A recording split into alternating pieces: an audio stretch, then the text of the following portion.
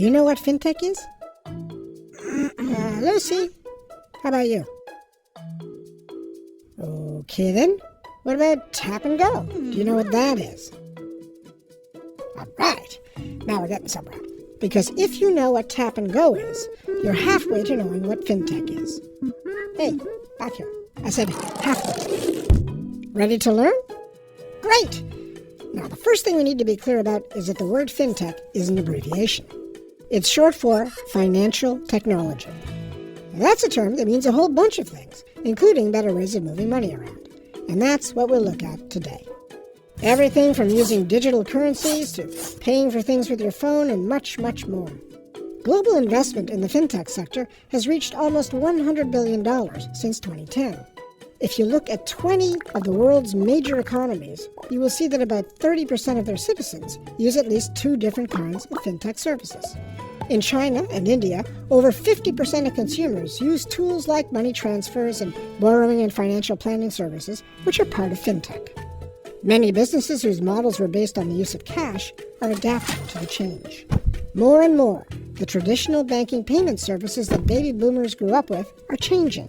Today, it's not unusual to see iPads equipped with card readers, retail outlets and services that only exist online, or people paying bills using e-transfers. The rise of peer-to-peer payment platforms has meant that people can make payments without going through a bank or using cash. It's made paying for things more convenient, especially online.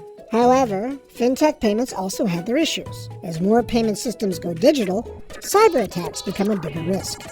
Digital currencies like Bitcoin are not accepted in most places, and their value can go up and down like a yo-yo. Fintech is changing the way the world operates financially, and the opportunities are exciting.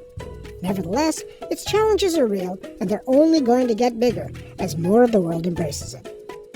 At the Bank of Canada, we are taking all the trends around fintech payment very seriously, and we will continue researching its effects. Money keeps changing, but here's what isn't changing. Supplying the Canadian dollars people need to carry out their business is and will continue to be one of the bank's important mandates. And why not? Not only are our banknotes beautiful, they are secure, widely accepted, and stable in value. After all, they're backed by the Bank of Canada. Welcome back to Investing 101, Your Money, Your Future. Today, we are exploring the cutting edge of finance with Fintech. I'm your host, Alia Kamarina, and joining me is Amira Afina, and a Fintech expert with Shamimi Nadira. Afina and Nadira, welcome to the show. Thanks for having us, Alia. We are excited to talk about Fintech and the new investment landscape it's creating. Without further ado, let's jump right in. Fintech is changing the way we manage our money. How is it impacting the world of investing? Fintech is democratizing investing, making it more accessible and affordable for everyone. In the past, investing often required a high minimum investment or a financial advisor, but Fintech platforms are changing that. That's fascinating. Can you elaborate on some specific ways Fintech is making investing more accessible? Sure.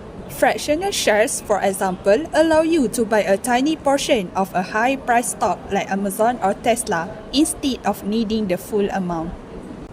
Wow, that breaks down a big barrier for new investors. What about those who want to start small but invest consistently? Micro-investing apps are perfect for that.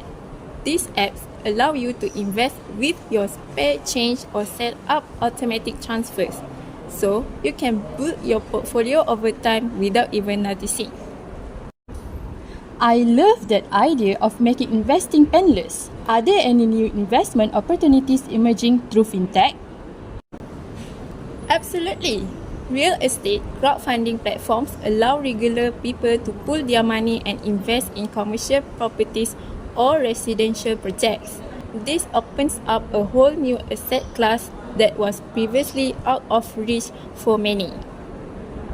That sounds interesting. What about alternative forms of lending? Peer-to-peer lending platforms connect borrowers directly with investors. These can offer potentially higher returns for lenders and lower interest rate for borrowers compared to traditional banks. It seems like Fintech is creating a win-win situation for both sides. Now, with all this automation and technology, are there robots taking over our investments? Not necessarily. Robo-advisors are automated investment platforms that use algorithms to create personalized portfolio based on your risk tolerance and financial goals. They offer a low-cost and hands-off approach to investing. That's interesting. It seems like Fintech is opening up new avenues for investors. What about the impact on traditional financial institutions? Traditional financial institutions are feeling the pressure to adapt. Fintech companies are challenging the status quo by offering lower fees, better users' experience, and innovative investment products. This competition is driving incumbents to improve their services and adopt digital technologies. With all these changes, how can investors navigate this new landscape? Education and research are key. Investors should take the time to understand the different fintech platforms available, compare fees, and assess the risks and benefits of each option. It's also important to stay informed about new developments and trends in the industry.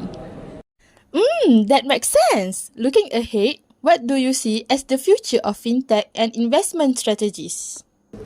Artificial intelligence and machine learning will continue to play a significant role in investment strategies. These technologies can analyze vast amounts of data to identify trends and patterns, helping investors make more informed decisions and potentially achieve better returns. Next, we are diving into the challenges of digital investing, offering insight from experts in the field. Joining me is Farah Adiba, an expert in financial technology. Welcome, Farah Adiba. Thank you, Alia. It's great to be here. I'm excited for this segment. So, Farah, how can investors protect themselves in the digital landscape? Easy. Do your research. Choose reputable platforms with robust security measures. Be wary of unsolicited investment advice online and never share your login credentials with anyone. Beyond security, are there other challenges in the digital age of investing? Information overload can be a problem. So much investment data is readily available, but it can be overwhelming to analyze it all. There's also a risk of falling prey to emotional investing based on social media trends. Thank you, Farah. So, it seems there is a balance to be struck between embracing the convenience of digital tools and maintaining a healthy dose of caution. Absolutely. Many platforms offer educational resources and tools to help you filter information and make informed decisions. Investing in the digital age presents fascinating opportunities alongside new challenges. Remember, it is crucial to stay informed, prioritize security, and develop a solid investment strategy based on your goals. Exciting times ahead. Thank you, Farah, for sharing your insight with us today. My pleasure, Alia. Thank you for having me here.